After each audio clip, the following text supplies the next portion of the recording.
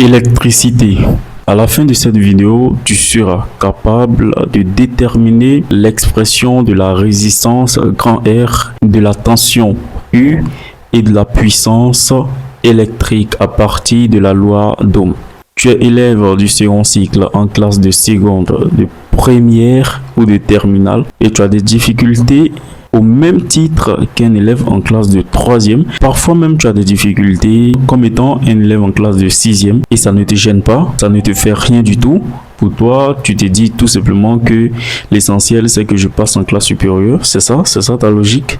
Suis avec moi jusqu'à la fin de cette vidéo pour ne pas être choqué. À partir de l'expression U qui est égale à R fois I, nous avons ici la loi d'Ohm qui est donnée ici avec U qui s'exprime en volts, c'est la tension U qui s'exprime en volts, R ici qui est la résistance et s'exprime en ohm, I qui est ici l'intensité du courant électrique qui s'exprime en ampères avec grand A. Et nous avons ici l'expression de la loi d'Ohm. Alors, comme objectif, nous allons ici exprimer la résistance grand R par rapport à U et à I. Donc, si nous voulons exprimer ici la résistance grand R par rapport à la tension U et l'intensité du courant I, nous allons tout simplement avoir ici I, qui est ici une grandeur algébrique qui multiplie R. Donc, lorsqu'une valeur multiplie ici R, si on était en mathématiques, on allait parler de coefficient directeur. Par exemple, si nous avons l'équation x est égal à 2y et que nous voulons déterminer y, à ce moment 2 devient le coefficient directeur de y et là, pour déterminer y, vu que 2 est le coefficient directeur qui multiplie y, il vient automatiquement diviser x, ce qui nous donne x divisé par 2. Ce même raisonnement, nous allons l'appliquer ici. Donc ici, R va être égal tout simplement à U divisé par I. Alors, si nous avons R qui est égal à U divisé par I, on peut aussi de même déterminer l'expression de I, de l'intensité du courant électrique. Si nous voulons déterminer ici l'expression du courant électrique I, on dira tout simplement que I va être égal, on prend ici I, qui va être égal à U divisé par la résistance grand R. Et à noter que la valeur que vous allez trouver ici doit être en ampères et la valeur que vous allez trouver ici doit s'exprimer en ohm. De même, dans cette partie, nous avons la puissance qui s'exprime en watts ici, qui est donnée par l'expression U fois I. Nous avons la puissance P qui s'exprime en watts. Donc, il faut noter ça, s'exprime en watts ou tout simplement W.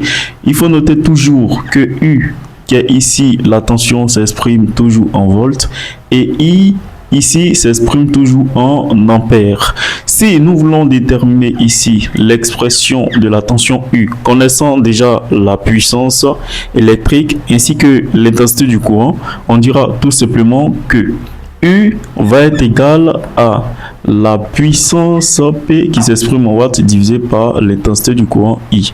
Ainsi de suite, si nous voulons déterminer ici I, qui est l'intensité du courant électrique, toujours U multiplie I, donc U vient automatiquement diviser P. Donc on aura ici P divisé par U.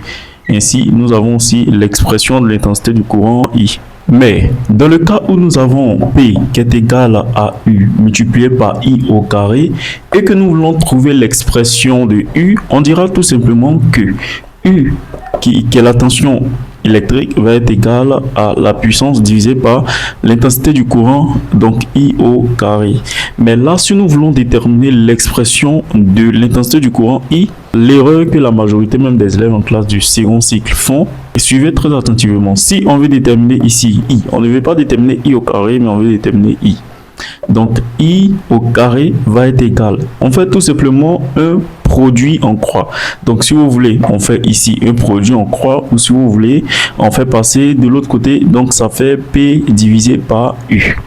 L'objectif c'est de trouver I et non I au carré. Donc pour enlever le carré qui se retrouve sur le i ici, nous allons faire passer la racine carrée de part et d'autre. Donc, si nous mettons la racine, on aura tout simplement i qui va être égal à la racine carrée de p sur u.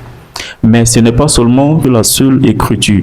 On peut avoir aussi i qui va être égal à p divisé par u, le tout exposant 1/2.